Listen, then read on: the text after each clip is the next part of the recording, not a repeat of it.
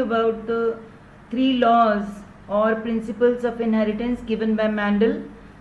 They are law of dominance, law of segregation.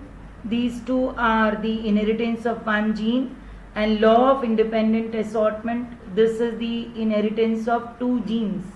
Now, according to Mendel, various traits or characters are controlled by factors now called genes, and these factors, they occur in pairs. A factor contains the information about the form of the trait. The factors may be similar or dissimilar. Each gamete, whether it is a male or a female, possesses only one factor of the pair.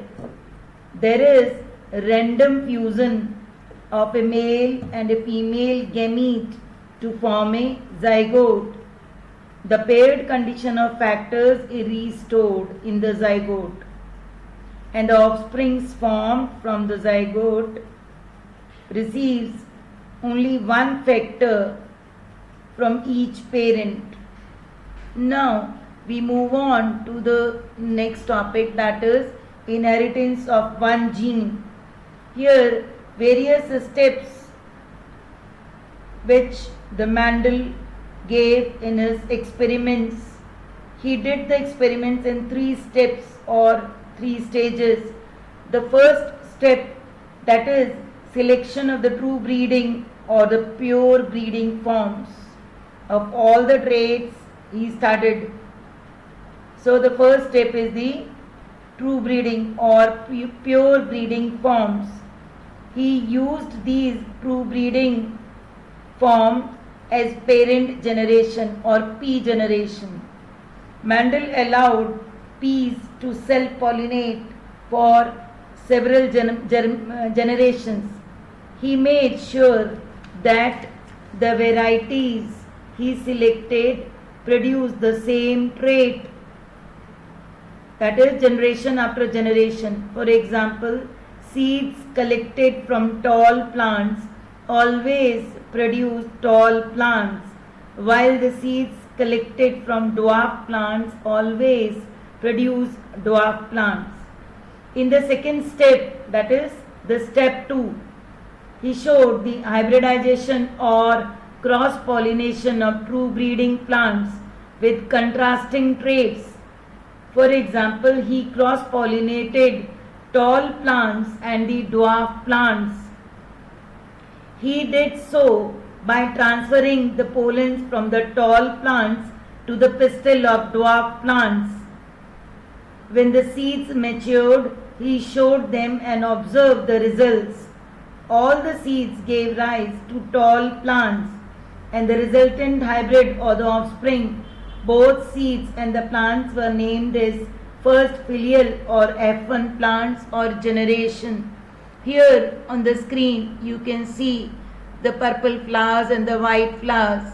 Here he went for the emasculation, that is the removal of the anthers artificially by means of scissors, and then the transfer of the pollen grains, and then the further he received the offsprings. So this is the steps in making a cross in a pea plant, or you can say the pea plant which is having 7 contrasting features. I had already mentioned to you the 7 contrasting features and the botanical name of pea plant, that is Pisum sativum. Pisum sativum. Then in the step 2, he went for the reciprocal crosses also. He also carried out experiments by depositing pollen from dwarf plants to the tall plants, just the reverse of the above which I told you just now. The results of the reciprocal process were also the same, that is, all seeds gave rise to tall plants. This way, Mendel made a number of crosses to study various traits he had selected, and he found that F1 always resembled either one of the parents, and that of the trait of the other parent was not seen in them. I repeat, he found that F1 always resembled either one of the parents and that the trait of the other parent was not seen in them. In the step third, or you can say the third stage, he showed self-pollination of F1 plants. That means he went for selfing, that is F1 into F1. He allowed hybrid plants of F1 generation to self-pollinate. The resulting seeds, when grown, gave the second filial or F2 generation. I repeat, he allowed the hybrid plants of F1 generation to self-pollinate. The resulting seeds, when grown, gave the second filial or F2 generation. To his surprise, Mendel found some plants to be tall and some were dwarf. The character that was not seen in F1 generation was now expressed. Thus, the proportion of the plants tall dwarf was 3:1. That means 3 were tall and 1 was dwarf. In the successive generation, F3 and F4 were also raised by self-pollination. He counted, recorded and analyzed the numbers in each generation. So what were the results of the Mendel's experiment? In all the 7 traits, he found that the F1 generation resembled only one of the parents. This was a very important result, and same was true of the reciprocal process as well. The form of the trait expressed was called dominant and the one remained hidden was called recessive. I repeat, the form of the trait which was expressed was called dominant and the other one trait that remained hidden, was not expressed, was called recessive. In the F2 generation, both parental forms reappeared and the actual numbers were also, I told you the actual numbers were, they showed that both parental forms reappeared.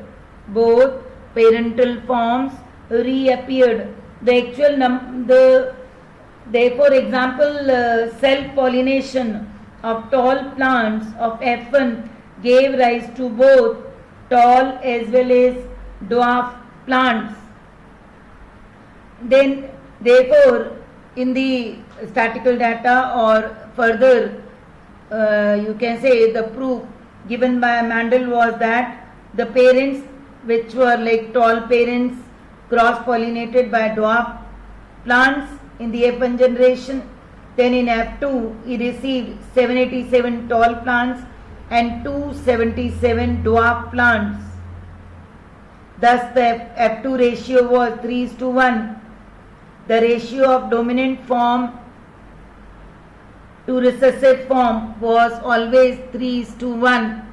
I repeat, the ratio of the dominant form to recessive form was always 3:1. That is, dominant form was 3 times the number of the recessive form. F2 didn't show any blending. That is, all the offsprings were either tall or dwarf. None was intermediate height. None was intermediate height. By allowing each of the offspring of F2 generation to self-pollinate, F3 generation was also obtained. This way, he found out that one of the trait which was expressed was called to be as dominant trait, whereas the another trait which was not expressed called to be as recessive. Thus, he gave this law of dominance.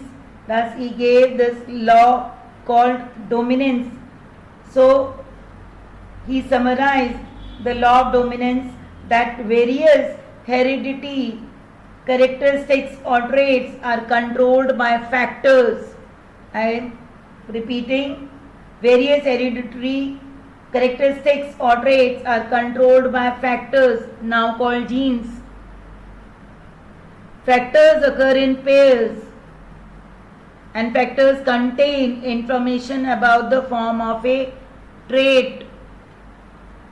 Out of these, only one factor expresses itself in the F1 generation. I repeat, out of these only one factor expresses itself in the F1 generation, and the factor which is expressed is called as dominant, and the one hidden is called as recessive. But the recessive factor appears again in the F2 generation. But the recessive factor appears in the F2 generation. Now, according to his observations, he proposed that something was being stably passed on, and this stably passed on thing, it is unchanged, that is, it is passing as it is from parents to the offsprings through their gametes, and these he called, I told you, factor. Now they are termed as genes. Therefore, the genes are the units of inheritance or heredity units, and I told you, they contain the information that is required to express a particular trait. So the genes which code for a pair of contrasting traits are known as alleles. That is, allele, I am repeating, allele or allelomorph. Allelio means each other, morphe means form. So an allele is a particular form of a gene. Allele is a short form of allelomorph. I am repeating, an allele is a particular form of a gene. Allele is short form of allelomorph. A gene may exist in various forms. Tallness, dwarfness are the two alleles of a gene. In a zygote and in each and every cell of a diploid organism are present two alleles of a trait. Okay, that is, they are slightly different forms of the same gene. So alleles are the genes which code for a pair of contrasting traits, and they are slightly different forms of the same gene. And I told you what is the dominant gene, an allele that expresses itself in the same form, whether present in homozygous or in heterozygous condition. Homozygous means having similar types of genes showing the allele, example capital T for tallness, and heterozygous condition means having two different alleles, that is capital T and small t, which is also a tall in this particular cross, because T, capital T, it is dominant. So by general convention it is represented by capital letter. For example, I just now told you capital T means the allele for tallness, and it is dominant trait or the dominant factor. Now what is F1 generation? It refers to first filial generation produced by crossing two true breeding parental forms. Then what is F2 generation? It refers to second filial generation produced by selfing the F1 offspring. Then further homozygous condition, I told you, when a diploid organism has same allelic forms of a gene. Example capital T or capital A. A is homozygous organism when selfed or inbred gives rise to two breeding forms. Then heterozygous condition again, a condition when diploid organism has different allelic forms of a gene. For example, capital T small t or capital A small a. It's a hybrid or heterozygous. Then the recessive allele or a recessive trait. This recessive allele does not express itself when present along with the dominant allele in the heterozygous form. It expresses itself only in the homozygous form. For example, the allele for dwarfism, it would be exhibited only when present in small t condition, and therefore it is represented by small letter. This way, today I told you the law of dominance, and here on the screen the two terms are there again for you, genotype and phenotype.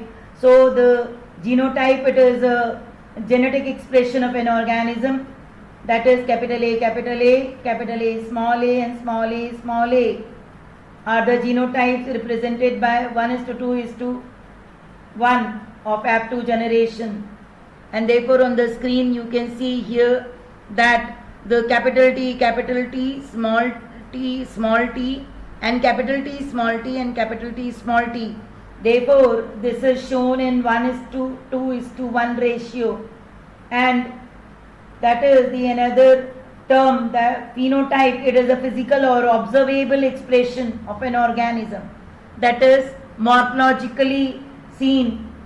Capital T represent tall, which is seen morphologically, and capital T, small t are two genotypes but have the same phenotype, that is the ratio expressed in 3:1.